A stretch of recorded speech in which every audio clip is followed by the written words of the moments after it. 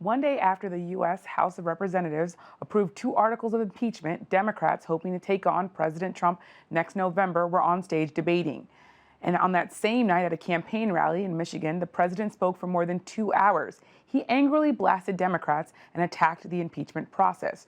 Joining me now to discuss all of this are Chris Buskirk, editor and publisher of American Greatness, who is in Phoenix, Arizona, and Karine Jean-Pierre, Chief Public Affairs Officer at MoveOn.org in Washington, D.C.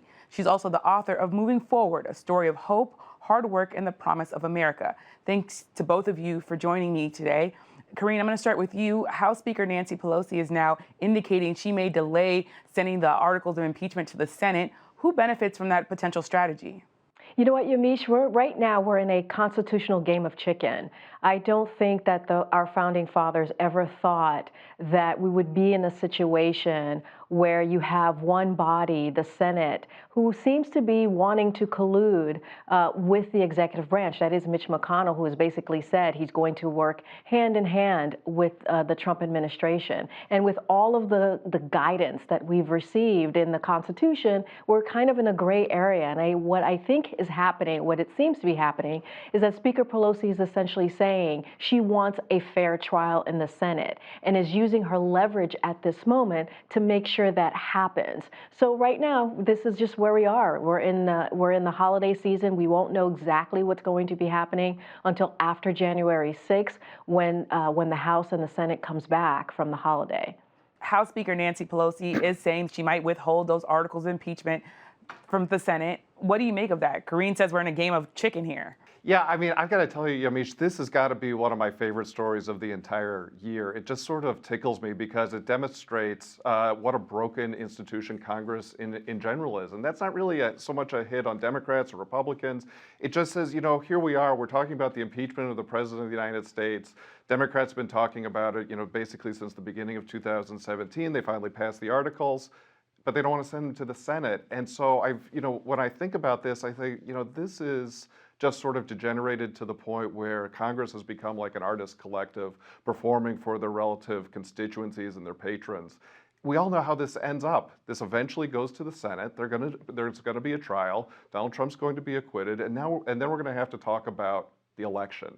And so to the extent that this delays talking about the actual election that's happening in November, whether anybody likes it or not, I just don't see this how this helps Democrats. Mm-hmm. So I would think that Nancy Pelosi would want to get this over to Mitch McConnell and to the Republicans sooner mm-hmm. rather than later. And Chris, sticking with you, Christianity Today, an evangelical magazine, came out in support of removing President Trump from office. The editor wrote that President Trump is an example of someone who's morally lost and confused. What do you make of that, and how are Republicans talking about that magazine coming out with that stance? Yeah, so I thought this was a totally interesting story, and that you actually keyed in on the language that I thought was most interesting in that whole editorial by Mark Galli, who's the departing editor of Christianity Today. And so he says, yes, Donald Trump should be removed from office, but he uses as a predicate for that, he calls him morally lost. And the thing that jumped out at me about that language is that lost, you know, in a Christian context, that's a very freighted term, right? Christians talk about the saved and the lost. And so so it's just struck me that what Galli's doing here is he's setting up sort of this dichotomy where you have to think he's either saying on the one hand, well, he's morally lost, meaning Donald Trump isn't a Christian and therefore ought not to be in office. So is he saying that Christians ought not to be president? I hope not. Or on the other hand, what he's trying to do is wrap his political opinions in Christian vocabulary in order to try and basically mm-hmm. trick the readers of Christianity Today into believing him. And either way, I think that's super cynical. Mm-hmm. Turning now to the Democratic debate, Karine, what do you make of how, if at all, that this Democratic debate might impact the Iowa caucuses? They're just around the corner. And if you want to, you can talk a little bit about what Chris just said. But I also really want to get to this Iowa caucus and this Democratic debate. Well, first of all, congratulations to everyone at PBS. You guys did a fantastic job. It was a very, very good, moderated debate. So congratulations to you, Yamiche, as well. Look, I think it was all in all, it was a good debate last week. Nobody did great and nobody did terrible. I think that having less people on the debate stage really allowed a real conversation about vision, about what people's plans are. Someone like Klobuchar really was able to take advantage of having less people on stage. Biden did well, Warren, and others like Bernie Sanders. I think it was a fine debate. As far as Iowa, we're less than 50 days to Iowa. We're in the holiday season. I think everything is kind of frozen into place. We're not going to see much movement in the polls until after January, when we get closer to clearly the caucus. And honestly, I mean, the polls have been the polls. The top three, the top four, that tier one has basically been what we see. I think when you think about Iowa caucus and the history of it and how it goes in the Democratic primary, usually it's someone that's kind of that breaks late that wins the Iowa caucus. So I actually think Iowa is wide open. Anyone can take it, and so it's going to be a wild ride come January. So buckle up. And Chris, I spoke to Deval Patrick and Julian Castro, both still running for the Democratic nomination, but neither one of them got on stage. What do you think they might need to do about this? And also, Michael Bloomberg, he's actually showing support going up. Even though he's not going to be able to make the debate stage, he is pouring millions of dollars of ads into TV.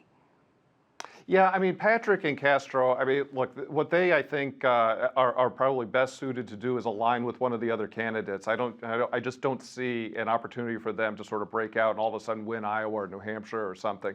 Mike Bloomberg's sort of a different and in a way more interesting story because he just has the ability to blanket the airwaves, to hire staff in every state, and basically to suck up a ton of oxygen just by virtue of the fact that he can self-fund to the extent, I mean, he can literally spend more money than every other candidate combined. And that means something. I'm not sure what it means, but it means he can buy a lot of staff and he can buy some measure of support, and yet it still seems like he's just not that interesting or charismatic of a candidate. You know, I watched the debates the other night and I kept thinking, you know, everybody except Bernie Sanders sort of represents some flavor of the neoliberal consensus. Bernie Sanders I found totally fascinating because he is who he always has been. And as a result, I thought, again, this is just me right, as a conservative looking at him and saying, this is actually somebody who I found pretty interesting and really differentiating himself from the others. Thank you so much, Chris Buskirk and Karine Jean-Pierre. Thank you, Yamiche. Thanks. Thanks, Yamiche.